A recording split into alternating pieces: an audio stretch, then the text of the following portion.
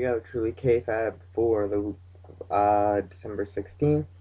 We're gonna count down some of the results. We will have a review with all the guys with steel chairs, so I'm gonna try to keep everything as not biased as I can, so I could save all the biased stuff for the review, because we have no credibility at all and suck balls. This should be my last solo video for a while. We should all be back together by Saturday, and we'll be getting you some decent fucking videos. Alright, on Superstars, we had absolutely nothing happen, nothing relevant to the pay-per-view at all, and why the fuck should we talk about it?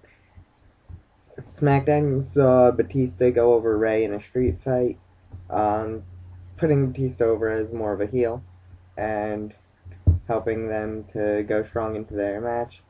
We also saw Morrison and McIntyre face off, which built their match, and that's all that happened on SmackDown. Nothing too important, nothing too relevant to the pay-per-view coming up. We saw TLC, which featured lots of titles changing hands, couple of shockers. I'm not gonna go too much into detail because I don't want to give my opinions that much, but you saw Big White Sheamus go after the title and defeat John Cena. Is John Cena in a fucking tables match, and basically the idea is to rape the table by unwillingly force a gigantic man through it, just like you would force a gigantic man through a woman if you were to rape her. That's completely fucking appropriate. I wouldn't be surprised if I get kicked out of guys with steel chairs for that fucking comment. You said DX go over. DX went over Jericho and Big Show. That means Jericho will not be back on Raw. And you saw Drew McIntyre also regain the championship. And you also saw Randy Orton go over Kofi Kingston, which was very important for that storyline. And Christian retained the title. And Undertaker also retained his. On Raw, you had the Slammy Awards, which saw John Cena winning Superstar of the Year, going over Randy Orton.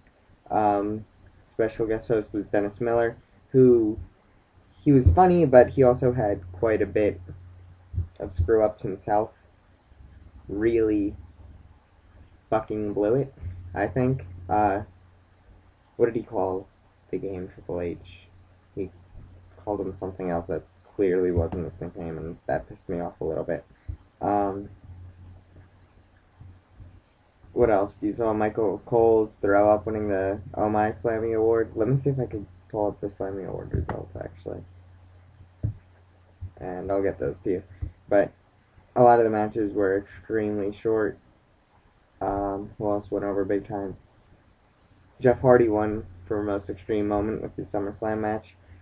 Speaking of his SummerSlam match and CM Punk's went down huge. He got squashed by Cena on Raw, which, I mean, it does build up Cena, but I don't know exactly what it does. For CM Punk, it just makes him look weak, even though he did get his finisher up, so that was good. Shawn Michaels Undertaker, match of the year,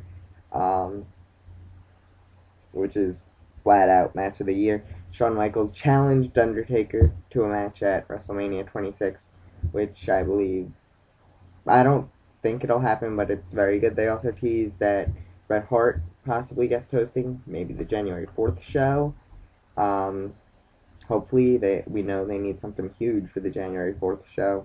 I mean, they're definitely going to beat TNA, but they don't want TNA to get higher ratings than they have been. Bob Barker won guest host. CM Punk retiring, Jeff Hardy, shocker of the year. I'm not too sure about that one, but hey, if they're going to give it to him, they're going to give it to him. Sheamus won breakout star of the year. Obvious reasons there. Sheamus didn't do much on the show, which was kind of weak. And Jericho won that in the air. Hello. Don't ask. What? Don't ask. Don't ask what? My roommate's here. I'm filming a video. Oh, okay. Yeah. So, whatever. Alright, now that my room's been raped by my roommate, who unforcefully entered, just like Seamus unforcefully threw him through a table. Bye. Alright, he's leaving. Yeah. And let's see. What else happened? Talked about the results for Raw. And ECW also delivered. Not really. They announced this new number one contender type thing, breakout. No, not breakout. Homecoming event where former ECW stars will compete against regular ECW stars in a tournament. Winner of the tournament will become number one contender. Birthday video we are planning still. As far as guys with steel chairs, everything will make sense eventually for us. We will have more videos. We can guarantee a TLC review, which should be extremely good if everyone shows up, because I know, as far as discussions that we've had about it, there's a lot to be said about this pay-per-view, and good or bad, so we will definitely bring our opinions, our reviews to you.